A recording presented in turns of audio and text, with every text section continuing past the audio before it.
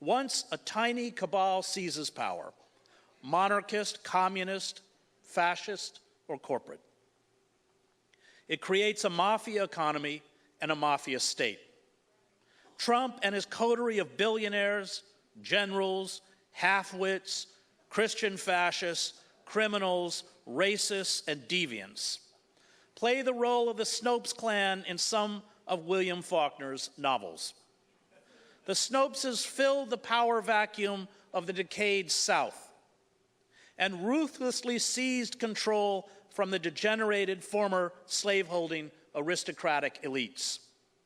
Flem Snopes and his extended family, which includes a killer, a pedophile, a bigamist, an arsonist, a mentally disabled man who copulates with a cow, and a relative who sells tickets to witness the bestiality, are fictional representations of the moral rot unleashed by unfettered capitalism. The usual reference to amorality, while accurate, is not sufficiently distinctive and by itself does not allow us to place them as they should be placed in a historical moment, the critic Irving Howe wrote of the Snopeses. Perhaps the most important thing to be said is that they are what comes afterwards, the creatures that emerge from the devastation with the slime still upon their lips. Let a world collapse in the South or Russia, and there appear figures of coarse ambition, driving their way up from beneath the social bottom.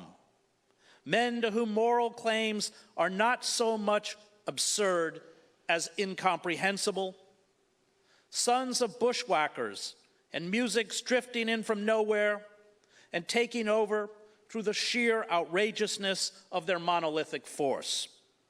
They become presidents of local banks and chairmen of party regional committees, and later, a trifle slicked up, they muscle their way into Congress or the Politburo. Scavengers without inhibition. They need not believe in the crumbling official code of their society. They need only learn to mimic its sounds. Societies that had democratic traditions are easy prey for the enemies of democracy.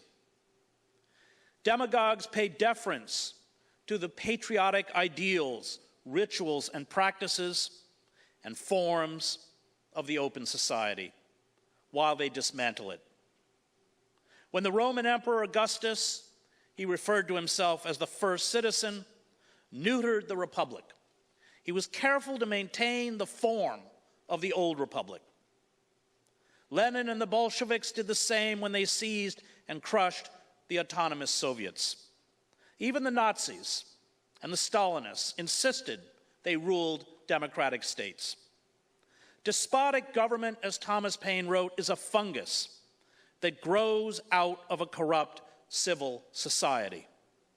This is what happened to these older democracies. It is what happened to us. Corporations are legally empowered to exploit and loot.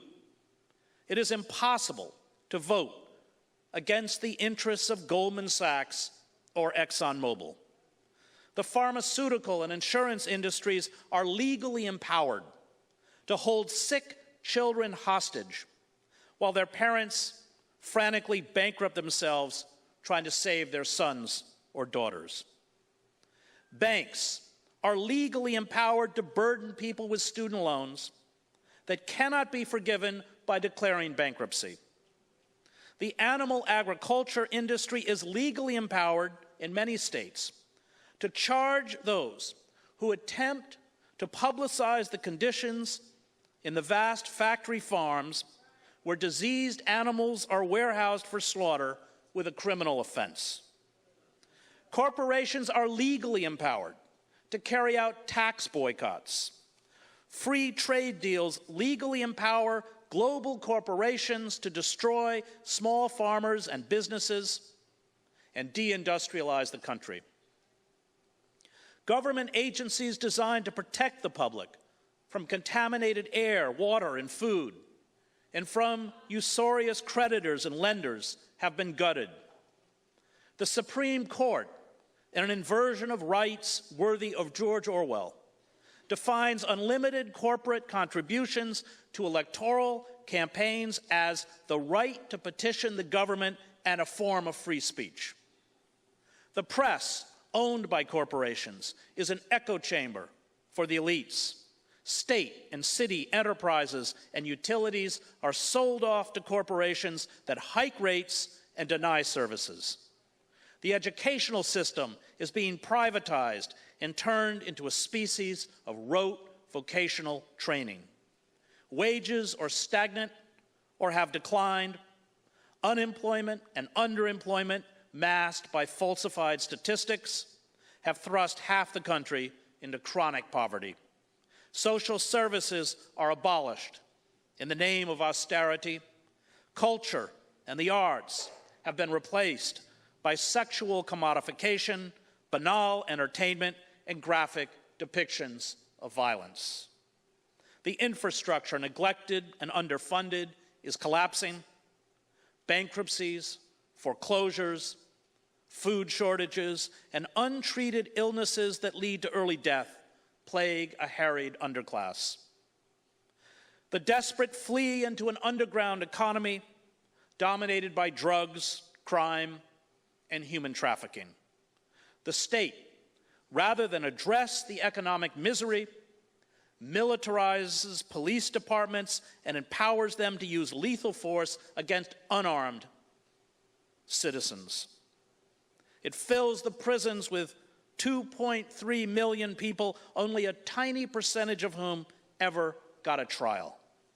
And 1 million prisoners now work for corporations inside prisons as modern-day slaves, paid pennies on the dollar without any rights or protection.